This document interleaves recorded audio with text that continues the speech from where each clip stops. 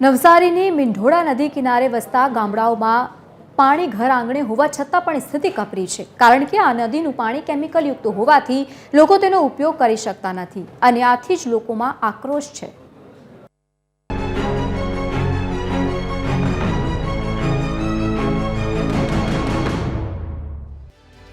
જળ છે તો જીવન છે, પરંતુ આ જ જળ આપણા જીવન માટે ખતરારૂપ બની જાય છે। જી હા, આવી સ્થિતિ સર્જાય છે નવસારીના નદી કિનારે વસતા લોકો માટે, કારણ કે અહીંયાથી મીંઢોળા નદી તો વહે છે, પરંતુ આ નદીમાં સુરત જિલ્લાના ઉદ્યોગોનું કેમિકલયુક્ત પાણી છોડવામાં આવે છે અને તેને કારણે લોકો આ પાણીનો ઉપયોગ પીવા માટે શું, નાહવા માટે પણ નથી કરી શકતા અને આ સ્થિતિ છેલ્લા 25 વર્ષથી જેમની તેમ છે। અનેક રજૂઆતો છતાં પણ પરિણામ શૂન્ય છે। ત્યારે હવે ગ્રામજનોની માંગ છે કે નદીને તાત્કાલિક શુદ્ધ કરવામાં આવે અને કેમિકલયુક્ત પાણી છોડવાનું બંધ થાય। મારા નરોડ ગામમાંથી મીંઢોળા નદી પ્રસાર થાય છે।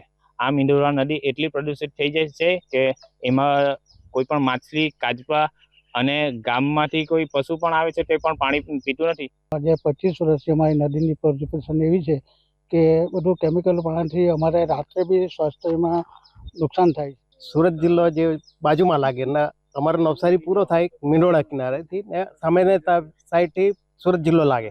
એમાં સચિન જીઆઈડીસી, પલસાણા જીઆઈડીસી બંનેનું કેમિકલ પાણી બધું એ લોકો ડાયરેક્ટ છોડે છે।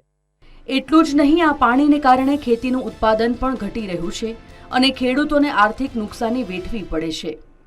સાહેબ, ખેતીમાં તો એવું છે કે અમારા બાજુમાં આવેલી મીંઢોળા નદી પ્રદૂષિત થવાને કારણે અમારે ભૂગર્ભ જળ જે એને લીધે કેમિકલવાળું પાણીથી બગડ્યા છે।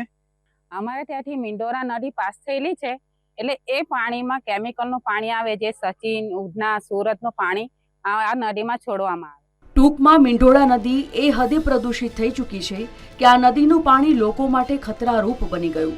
ત્યારે હવે તંત્ર તાત્કાલિક જાગે અને કેમિકલ માફિયાઓ પર સકંજો કસીને પાણીને શુદ્ધ કરે તે ખૂબ જ જરૂરી છે। નવસારીથી TV13 ગુજરાતી માટે પરિમલ મકવાણાનો રિપોર્ટ।